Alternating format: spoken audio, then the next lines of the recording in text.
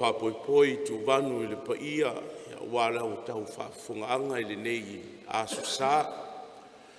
Le aso paia o le ali, o e tu foi e lia maungo niua e peo fitalenga i maungo le hatu fiti.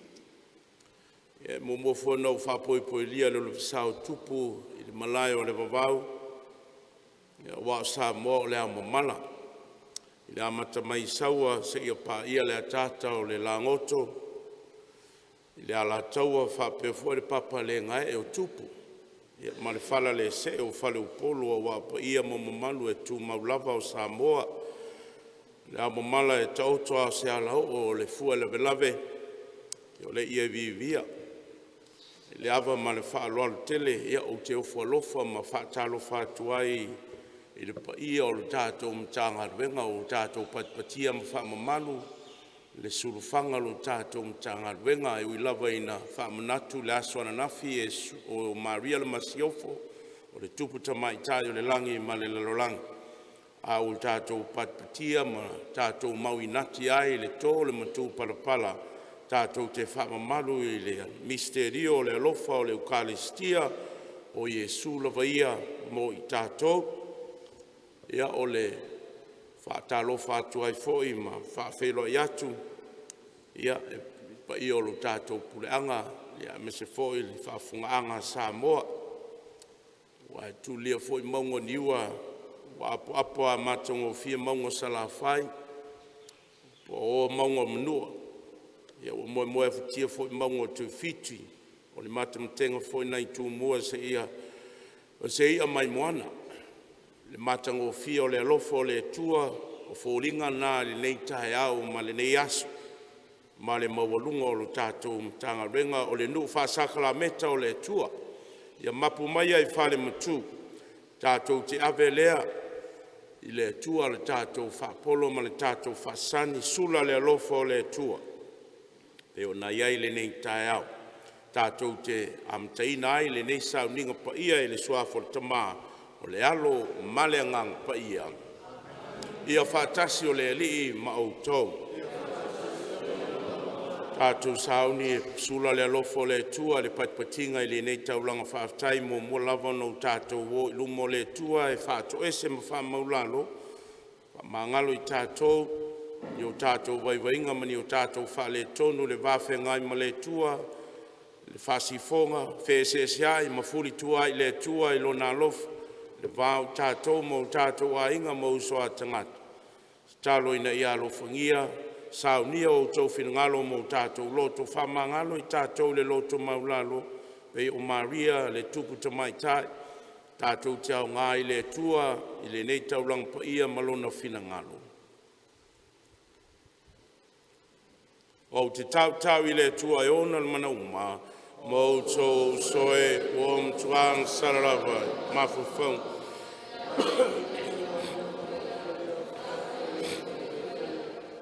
Wong sala wong sa.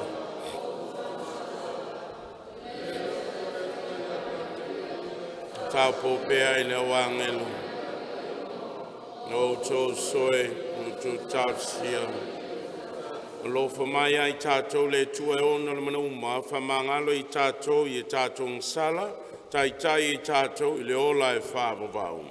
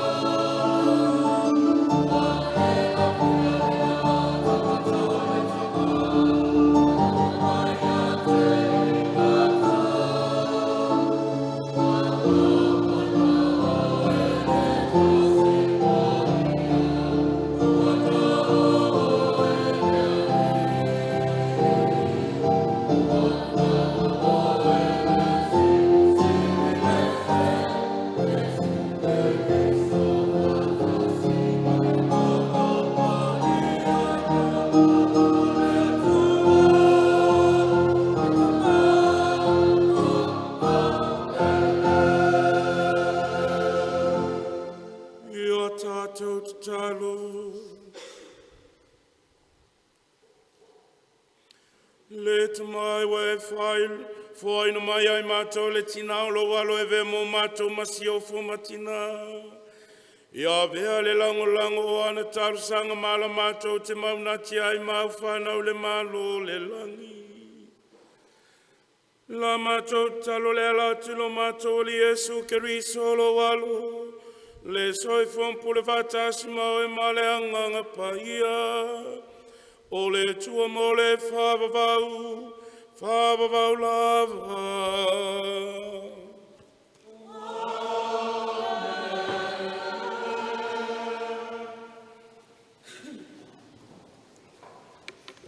Falanga ma le tusi perfetso Isaia. Wa foi na mai mo isa so le asali. Ai le po uli pea le nuu a popo ngā sia. Whapei o na ia whalea ngā ina ana mua. O le nuu o sepulona. Ma le nuu o na whatali. E whapea o na ia whaamaluina ai I o na po o na muli. O le ala I le vai. O le mea lea e salane o Yorisana. O Kalilaia o nu ese. O le nuu sasa vavali I le po uli. Wala so I loa le malamalama sele. O e sa nofo I le nuu o le aso le osi. O pula mai a se ila so le malamalama. Wa e wha so seleina le nuu. Wa e wha seleina lo la so fia fia. La so se fia fia I o luma. E pei ona fia fia I le sele ngā saiso.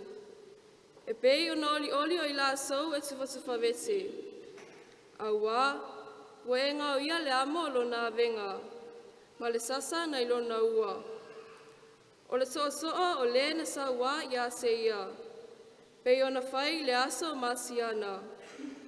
Awa, o se e vaya wa e fase eina. Wa sa lili I le sawa.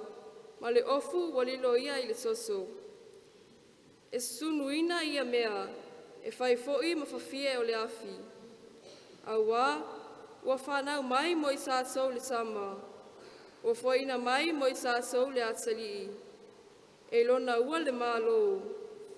E ingoa foi o ia o le silisili ese. O le fai pule, o le asua malosi. O le sama o le whaavau. O le alii o le file mu. O le upu a le alii.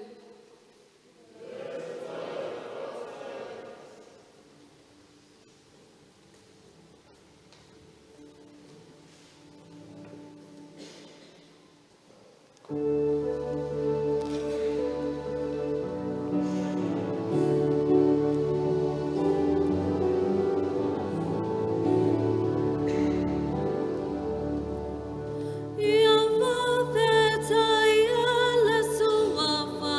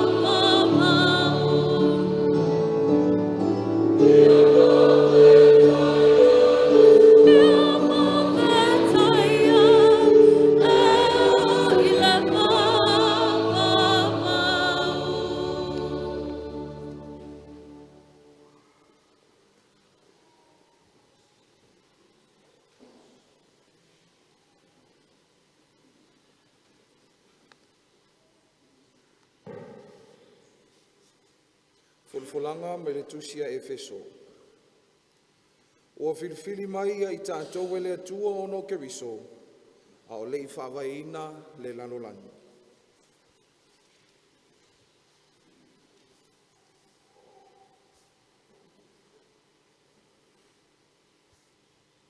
Ia whawhetaia le atua o le tamao lo tātou wali i o Yesu Keriso, o le ua whamanuia mai ia i tātou i mea umalawa, e manuia ai i la leanganga.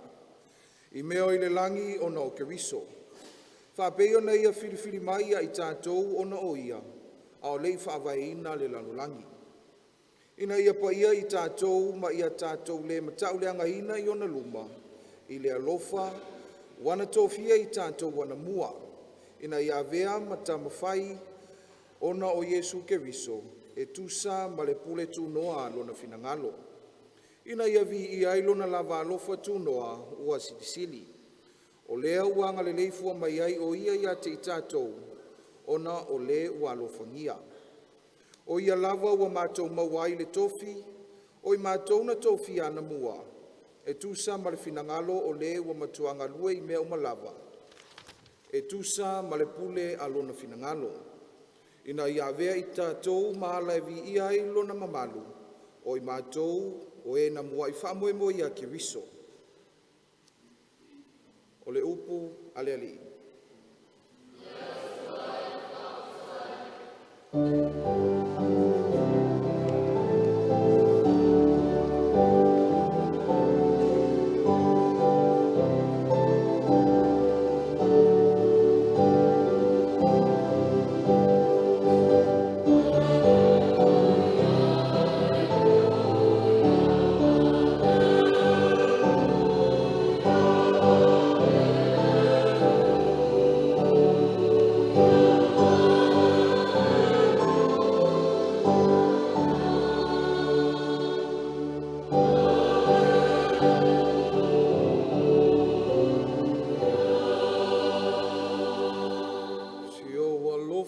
te oele walofa ina, ua ia te oele ali, amuia o i whawhine uma.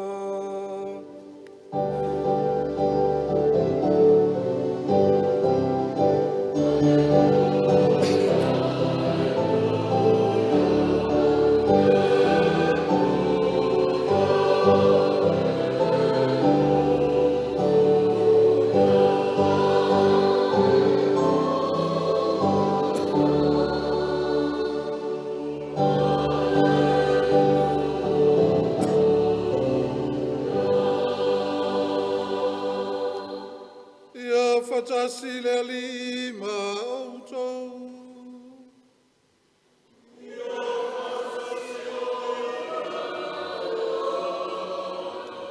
O le fola ina o le tala le leia leli. Mai le varia pa ia luka.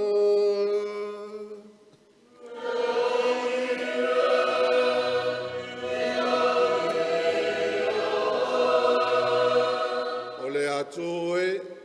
E whanawina si tamatane. O le ono masina wawina mai ai e le tua o le angelu o kapirielu i le aai o Kalilaia o Nasareta le ingoa. I le taupou o le ainga o Tavita o faufautane le tangata ingoa ia Iosefu o Maria foi le ingoa o le taupou. O ulu fale mai le angelu ia te ia o na whape mai le o ia. Si o walofa ia te oe le walofa ina, ua ia te oe le ali. Au atu vale o ia ilana upu, o tau manatu natu foi o ia, pese ale winga o le nei alofa. Fai mai foi le angelu ia te ia, Mariae, aua e te fefe, o walofa ina mai oe le atua. Whauta foi o le ato oe mai whanawina se tamatane e te whaingoa i a te ia o Iesu. E sili o ia, tāua foi o le alo o le siri ese. O ai atu e le ali le tua i a te ia le no fua inga ta vita lona ta mā. Whai o ia matupu i le aingo i a kopo e whaavavau, o lona malo foi i le aiso na ngā tāma. Whai atu leo Maria i le angelu, a whape whea le menei, au au te le iloa se tane, wa tali mai le angelu i a te ia. Whio i fole nganga pa ia i lunga i a te oe, whamanu manu i fufo i a te oe le mana o le siri esi. O le mele e tā wai le tama pa ia e whanau mai o le alo o le atua. Whauta foi, o lo aingo Elisabeta ua tō ia ina ua lo matua. O le tama tane foi lana tama, o le onunga masina le nei na ua tā ua e pā. A wale e lava se mea tasi e le mawhaia e le tua. O whai mai Maria. Whauta o au nei o le au nā le li, ia whaia ia te au, e tusa malau whetalai. Nā anu ese ai lea o le angelu ia te ina. O le tala le lei e le li.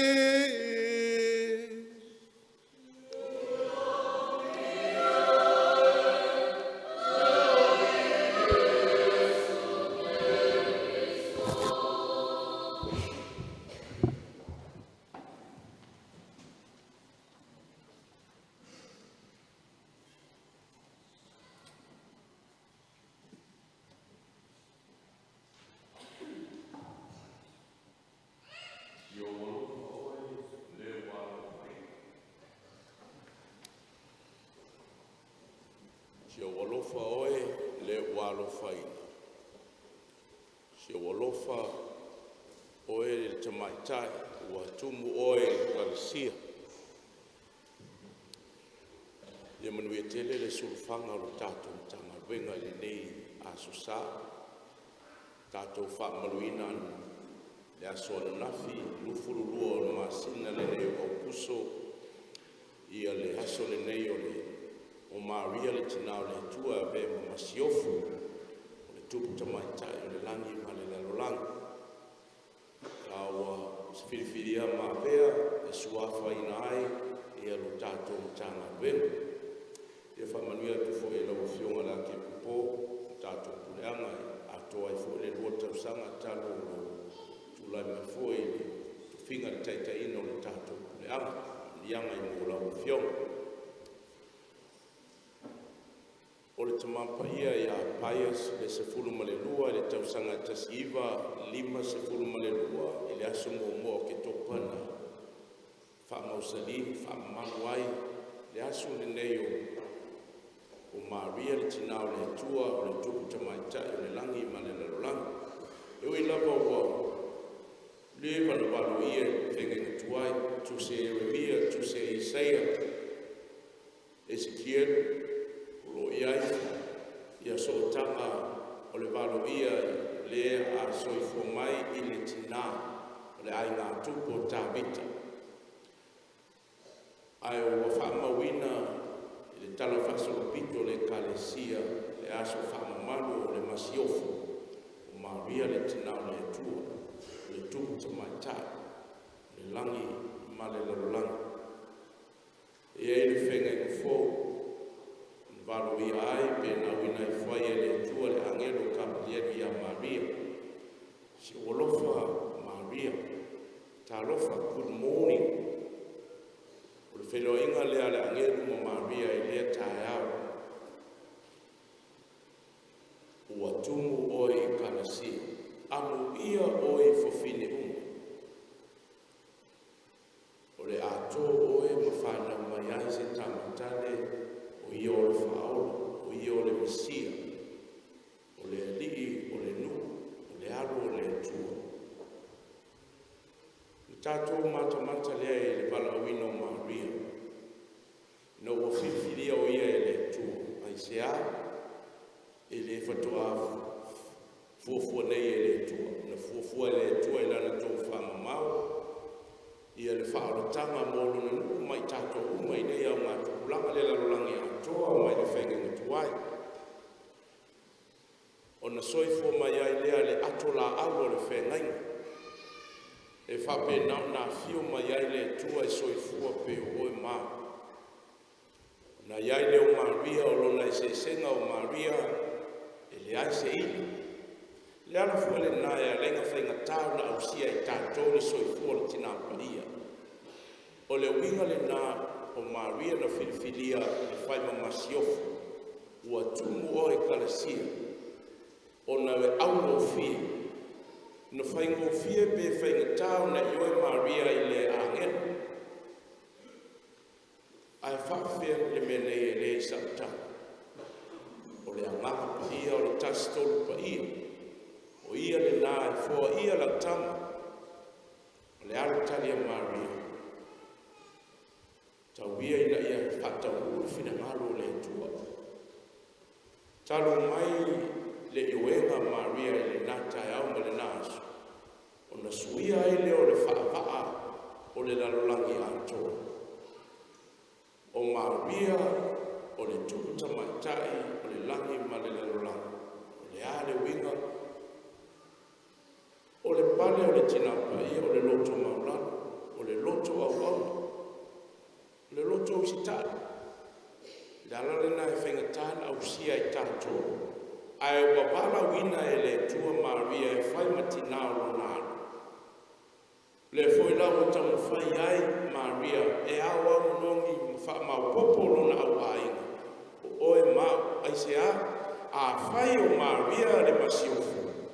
O Iesu la na tama o ia o le tupu le malo le langi. Male la langi. O na vele o e mau. O ngafa o le ainga tau tupu. O tau o tātou ngafa. I le malo le tua o le ainga tupu. O tātou o whanau o le masiofu. O i tātou o usu matu whawhine. O le tupu. O le alo o Maria. Le ale le nā e whaingo fia i a Maria o na tana. O na e le ai se ina. E le ai se angasana. E whaingo fia o na whape atu.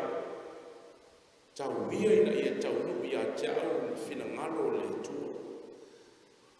O le iwenga le nā Maria. Le o tātou ai ai ai. Tai a uma asu uma. E a fio mai ai le tua i lana au pa ia ma le au angelo. Tā lofa oe Simi. Tā lofa oe Ioani. Sio walofa oe le sina. Sio walofa oe vai mana whai. O le whawhiloa inga lea o tātou e le tua i le tae au ma le asu. Luas fuwhai tu la, fitu aso pai asu. E le moe loa le tō wha le tua. E wala au, au lo tūmtangi olo ai lo nalo o ia o le tupu. Au lo whapare pale ai. Le masiofo o le tupu tamai tae o le langi ma le lalulangi. O le wala wina fuele o tātou au whatasi ai. Ua tumu oe karisia, ua tumu oe whamaniana. Mai le taimi le soifu ai le tua, na tumu a ia Maria i karisia. O le loto ono sai, o le loto whaparepale, loto maulalo ia Iosefo ma Iesu, loto whamangalo i le whale tonu, i le vao ia ma Iosefo le tamawhai. A o soifu ma tupu le tama, i le telo mea le tupu. Na leiloa o ia le malumanu, o le ale tala Iesu. Au e tau te suea a o le o te refane o lo tama. Le ai masetali, ngungu Maria ma Iosefu. Ua tumu Maria i kalasia ma whamania. O vi tuti o le ola whapa iai. E o lava ina ua pue Iesu ma ave whamasino Maamolo koluse i le maniwai i le sātau. O le ale ngā ruenga Maria, ua tumu lava Maria i kalasia mwhaamniana. Ua teu uma i lona loto ia me uma. O le ono sai, na o le te talo e le leo. Le loto maulano, o ai se matua, e mawhaino na i whaia lea mea o le ono sai e le aise leo. Matai hapa na whapeo tātou lea tina o le tamale matua. Ai se me whapetupu i sanatama. Talia me le lei, ma mea ti ngā o le whaitaulanga o le ola o Maria. O le mafuanga le nā. Le tātou te patpatia le whaaya ea le tua ia Maria. Nā lai o na walawina Maria. A wai le ai se isi tina e mawhai, o na whaia i e whai waro whirima. O le ono sa i le whaparapale no roto maulano. Ma le te tānu. O le usitai, le whaalongo i le musumusunga le langa ia o le tua tasto pa ia. E a fua ai o na pale Maria i lona tofi whapaleina. E whai mai le tala, ina ua maliu o Maria ina ua longo mai e ngelu le au apostolo, ma tinasa iai. Ni tau mai le aso ma le taimi e whape nao na maliu ai Maria, o na o lea ina ua umana whare la wasu Maria. E fo i mai tōmasi lea e loto masa rosara. Nālu se maliu, pe nālu se aso whanau, o whesāru i eisa na i singa le nasa so e leilua. Ai whai mai le tana, e fo i mai Thomas, wale ai Maria, o na longo atu lea la o apostolo, ua maliu Maria. O na tangi a wea eno ia, ma whai mai, o te fia halu e wa ai, Maria e asi le tunga mau.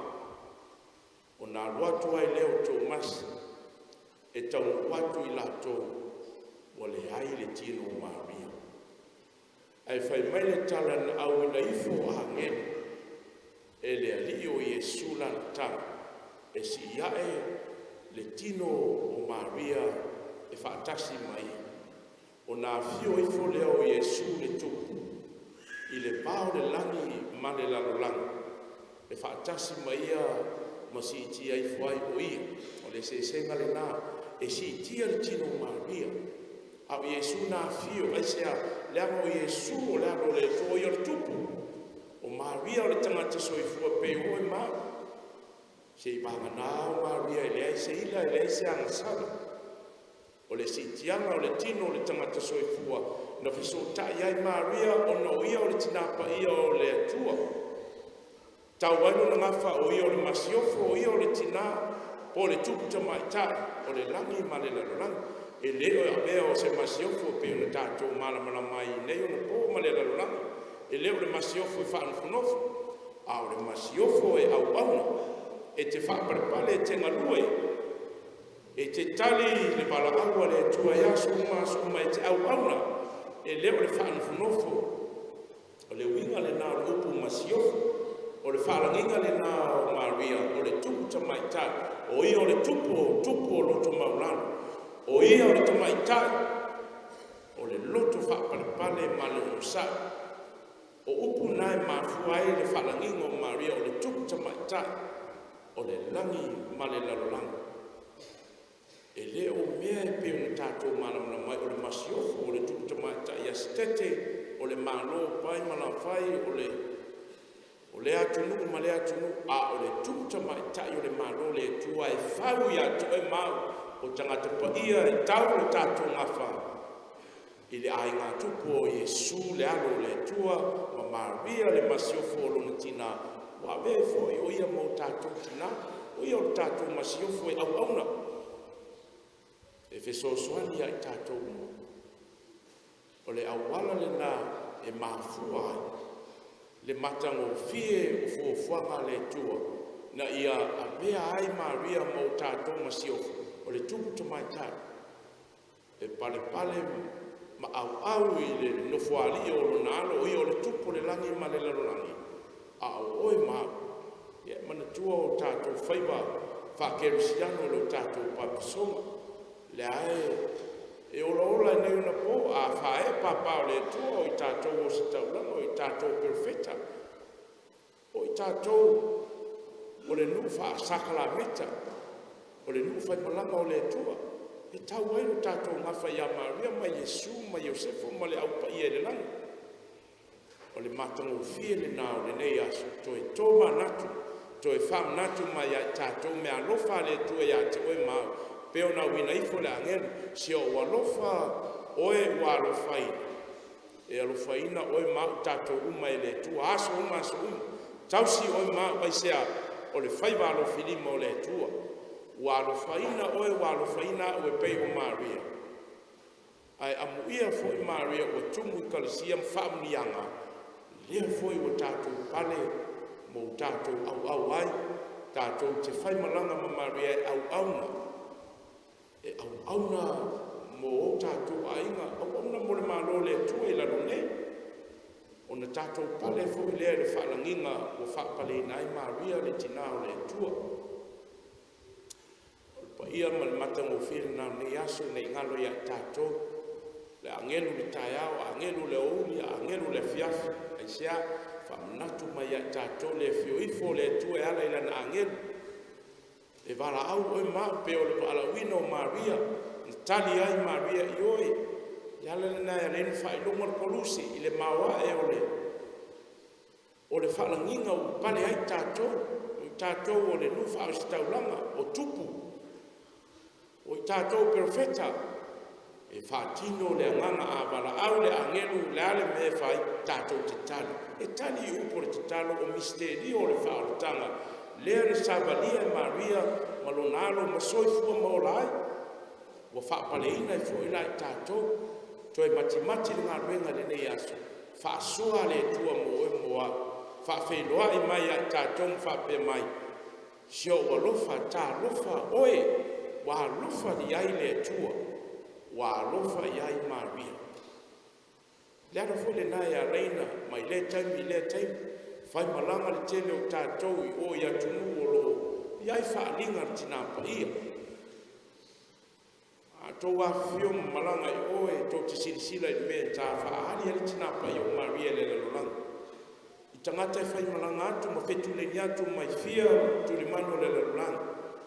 A whai ai maila le laku i ngei o le enga e ngawa e tau tutulea i masawa wari whetangisi. E whea songi tangata tupulanga i lalo le parapala ma le lele ai sea. Wala ngona i ai le pa ia anga o le tua i ala ia Maria le na whaalinga. O le ar whaalinga. Io to te talo. Te talo. Te talo. Fōi mai. Fōi mai i le ali i malona au ainga. O oe ngafa tau tupu. O i tātua uma ia. O le au ainga o le malo le tua. Ia alofa mai le tua i le nei aso maso uma. Whaamamalu oe, ma whaapaia oe, tātou munumuta i a Maria malonalo. E mawhai ana tātou talo sa o ia Yesu le tupu o lo tātou ali. Ai amana ia e Yesu lo na tina pea o tātou. Le whanau a Yese mea manau e fiaru ia e wabiri. Tangi le fiaru e whanoi a e fiaru a e rei loa. E whengo fiaru le tina e whai ai. Mam, leso waru i whengo fea. A wae lako i le kamao lale o nofo. Nofo mai e whaife a wia. Lale whaina nai whapena ai Maria le tina o le tua lo tātou tina. E au mo fia lava lo tātou tina. E valo, e te talo i a Yesu matua lalo. I ana talo talonga tātou te le ifo. O le polo a inga tūngua ma le sinisilo a o le li o lo tūtua o te whaini e tua ese o rumu. E tasi ale e tua. Awe tātou te awe seina le awa oma ma le tātou whātua tuanga.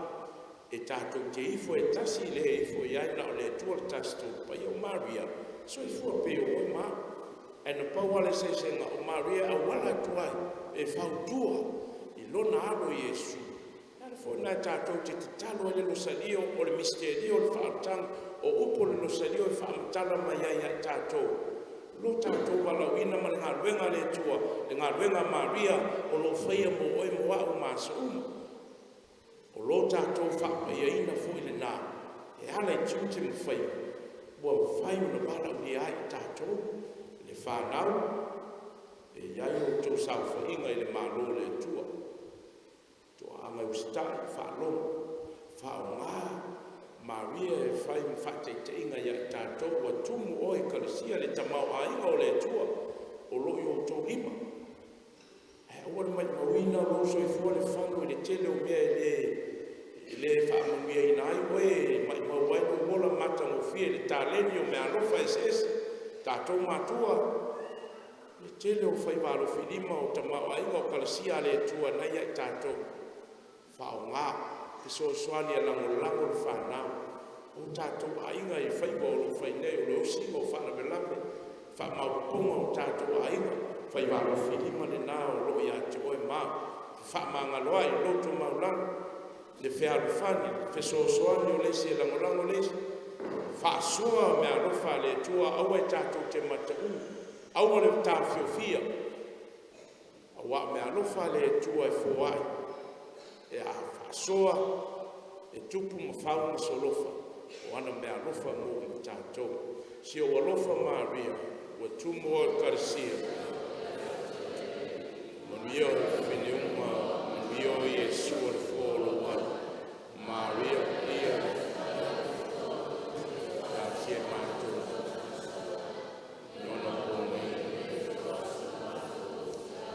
Maria paiai tuk tamaita i langi mana langi lo tatou sufanga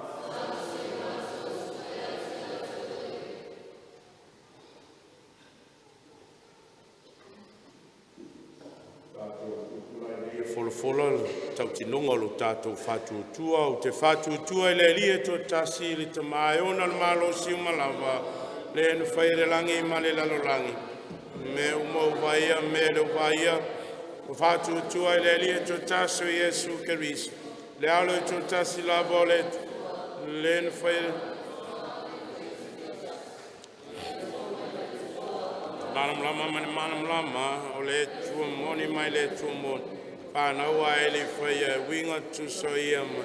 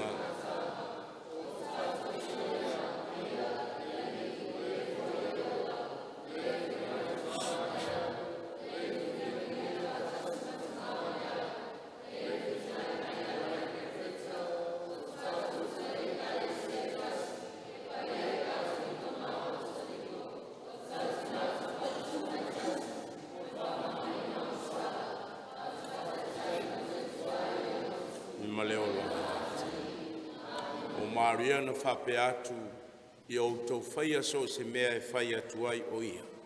Tātou te momori o tātou manaonga, i luma o lo tātou alii o Yesu le tupu malona tina o lo tātou tina, tu ina atu mare whātua tua i le tua e ala i lana whasoswani malana whautua tālu. Mole e kalesia, ia whamanuia le atua i lana e kalesia i le lalolangi atua, ma ia fōa i mai le lotu tele, le poto ma le alofa i tamapa ia, e piko pō o si taulanga ti a kono ma i lato uma o lo tautua i ngā ruenga a le atua. Ia avea Maria le tausala le langi, ma taita ina i lato i le ala o le whātua tua, ma le au nanga. La tātou talo lea i le ali. Le ali e whaafunga mai. Mo lo tātou lalo langi. Ia fōa i mai le atua le file mu i atunu, ma tangata uma o le lalo langi. Ai mai se ino fuanga lo whiangai mataua, sa wanga ma mawhatianga. Ia fisoasoani Maria, le masiofo le file mu, ina ia liliu loto tangata i le file mu. Le whaamanga longa ma le whealofani. La tātou talo lea i le ali. Le ali e whaafunga mai. Mo a inga ma whanau. Ia pui whaamalosia i le atua o tātou a inga. Ina ia avea o lātou a inga mano fuanga o le alofa. Le whaatua, le whaamangalonga ma le whealofani. Ia avea Maria ma whaataita inga mo tina, ta māma whanau i le ola whaamaoni i le atua. La tātou talo lea i le ali. Le ali e whaafunga mai. Mo e o loo mawhatia. Ia sila ma le alofa le atua ia i lātou o loo mamai. Wha anoa tu la fo ina ma titiva po lo fe ngai ma fai na tau le olanga. Ia wha mawhanawhana, wha marusia I lātou, e ala I so soani a Maria, lo tātou tina alofa. La tātou talo lea I le ali. Lea li e whaafonga mai. Mo e ua maliliu. Ia talia le atua I lona malo, I lātou uma ua maliliu. Ma ia lātou maua le ola e whaavavau, whaatasi ma Maria ma le aupa ia I le mamalu o le langi. La tātou talo lea I le ali.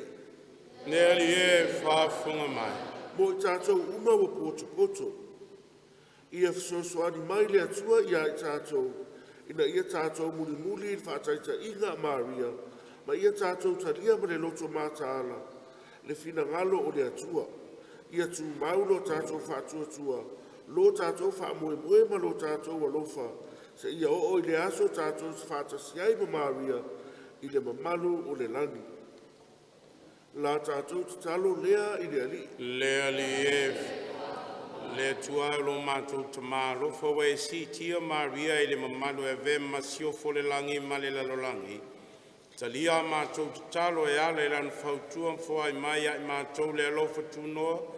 Muli lona whāteita inga o le whātua le loto maulalo ma le usi tai.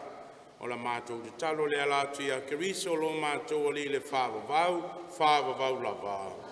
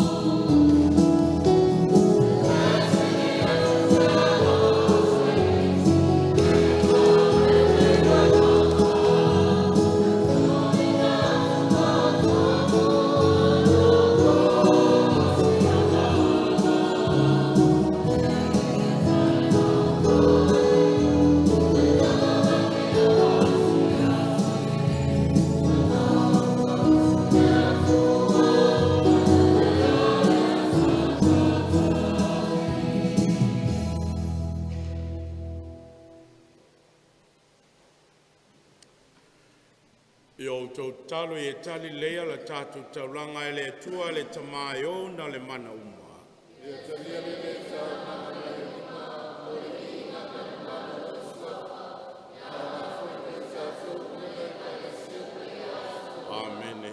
Leo li le whamalunga o le asur tau po Maria. Mātou te mori ati ato e mea lofa matalusanga. Ia vea ke riso le na mori o ie, e ia lava o se taulanga wato to na lelele. E ala mai ai tangata le file mu ma le alofa o lo maru. Leo a soifu ai o ia mapule mo le whabavau lava.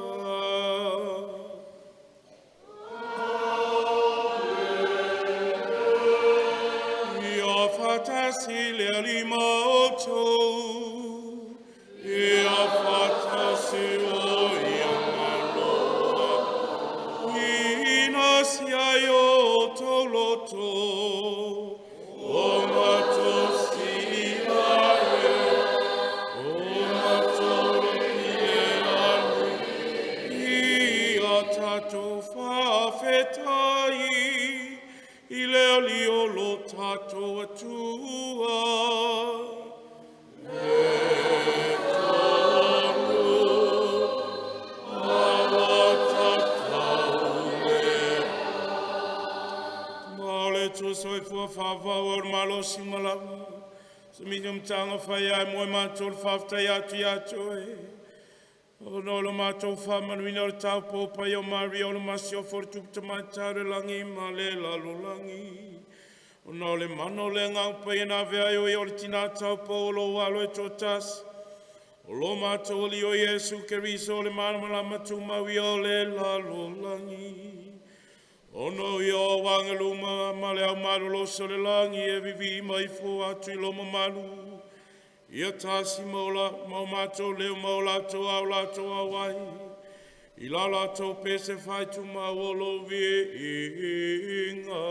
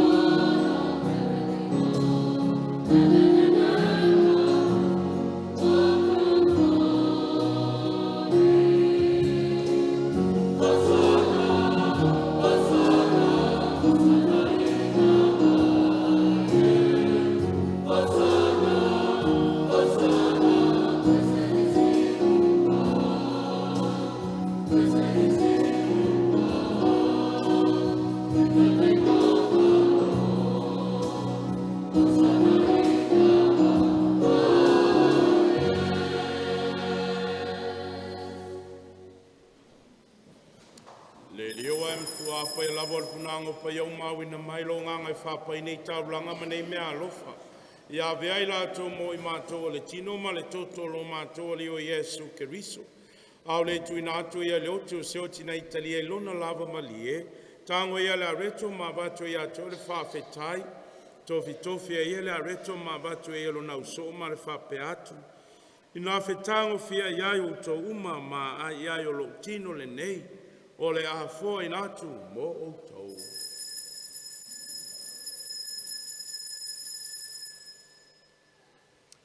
Mai o tamotanga ne tango ia leipu na watu ia te oi whaftai marvinga o tu atu leipu no nau so ma le whape atu. I nā whetango fia iai o tō uma ma wheinu mai ai, o leipu le neolo toto le whengeng fau ma le whawawau. Le a whamalingi ne mo tōm tangata mo le whamangalo ina o angsala, i o tō whaile nei sāu ninga o le whamatunga o au.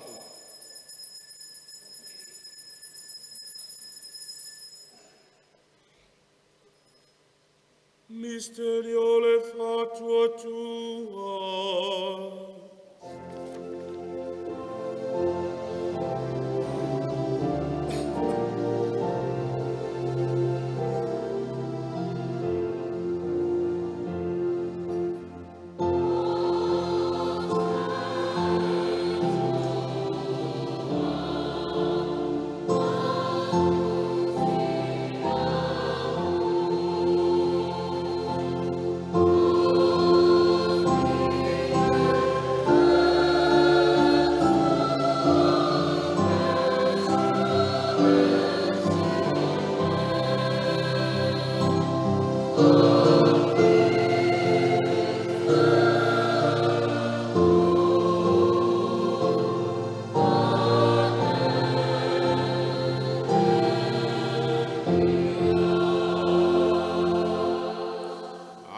tungo lon mali molon tu mātou te moli lau fio le nei are tole ola, ma le nei po le whaoro tanga.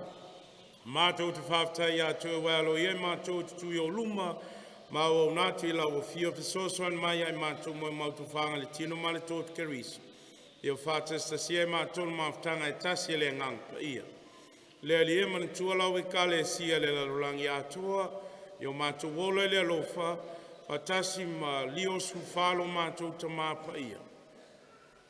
O mo sese lo mātou e pikopo, le tua insale au whai tōwhi uma. Papelo nei nu mai lātou umalawa, toi fua te ina mo lo mālo. Mana tua o mātou a inga. O uso matua whawhine o fo iatu ilo lātou, malo longa ma le wha moe le toe tuai. Talia i lātou whātasi ma tangata mali umane malamalama o lau fio. Alofa mai ai mātou malawa, ia mātou au ngā mātou te awai whātasi lola whāwawau ma Maria. O le tina tau pou o le tua, i o le masiofo le tupta mai tai re langi ma le langi lo mātou surfanga. I o se whapaia lantane, whātasi ma apostolo leo pa iauma, o ena whātino ina lon finangalo i tūpulanga Mātou te fia vim whane ne whātasi mai lātou i lau fio. Lātou lo walo Yesu Keriso. Le tamamu manai ono ia whātasi mai anai a te ia. Le mafutanga male anganga pa ia. O le vinga male mamalu atoa wai lawa fio. I le whababau.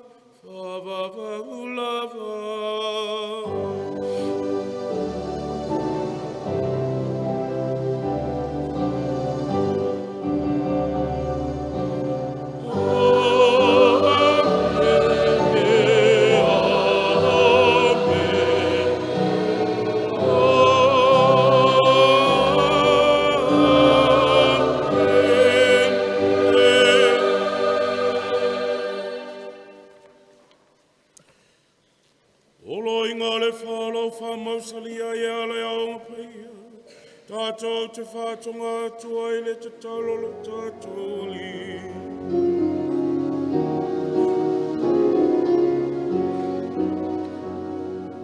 Our Father who art in heaven, be thy kingdom come, thy will be done.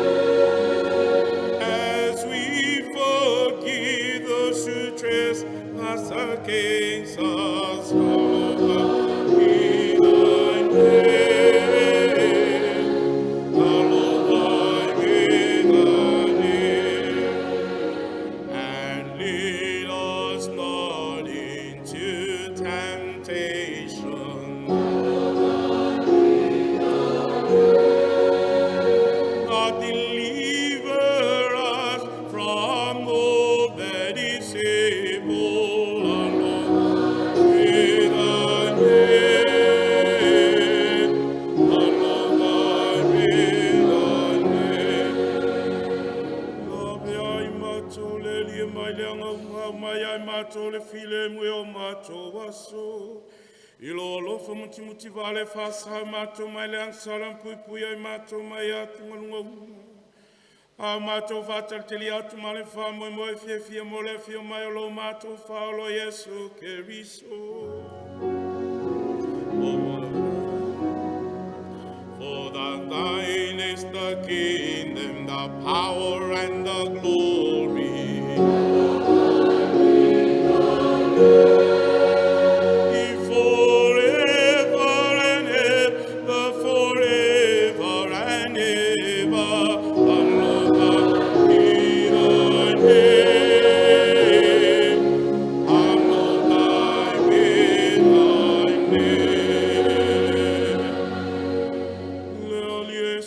Keriso na e whai atu lo apostolo tua ti ate o tolo filemu. O lo filemu te whai ati ate o tō ne sisil mai a mātou ngsala. Ai le whātu tō lau e kale se mau mai e mātou le filemu manatasi o lo malo. Le ua e soi fuai mo le whāwawau lava.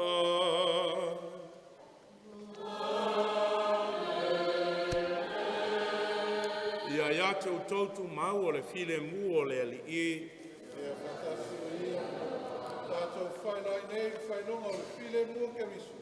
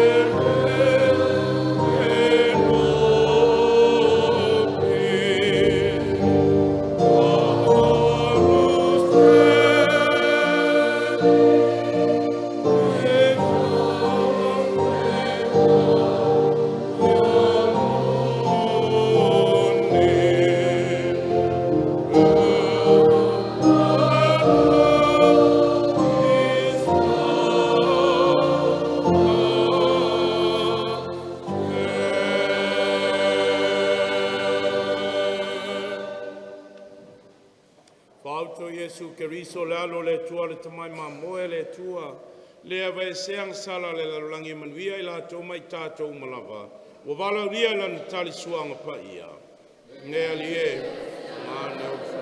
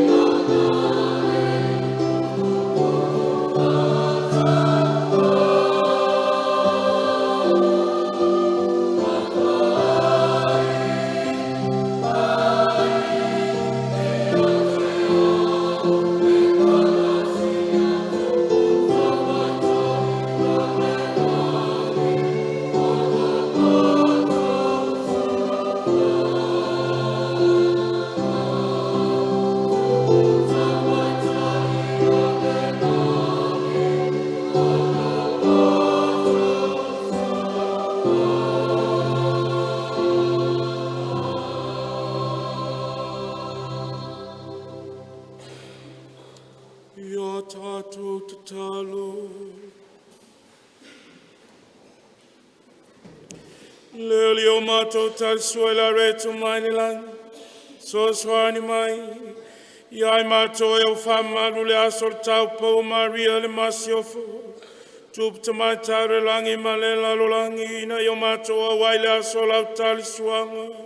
Leo la e favavau.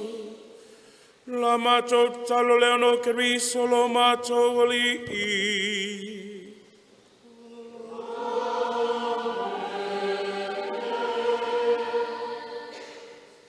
Io fatasi le lima oto.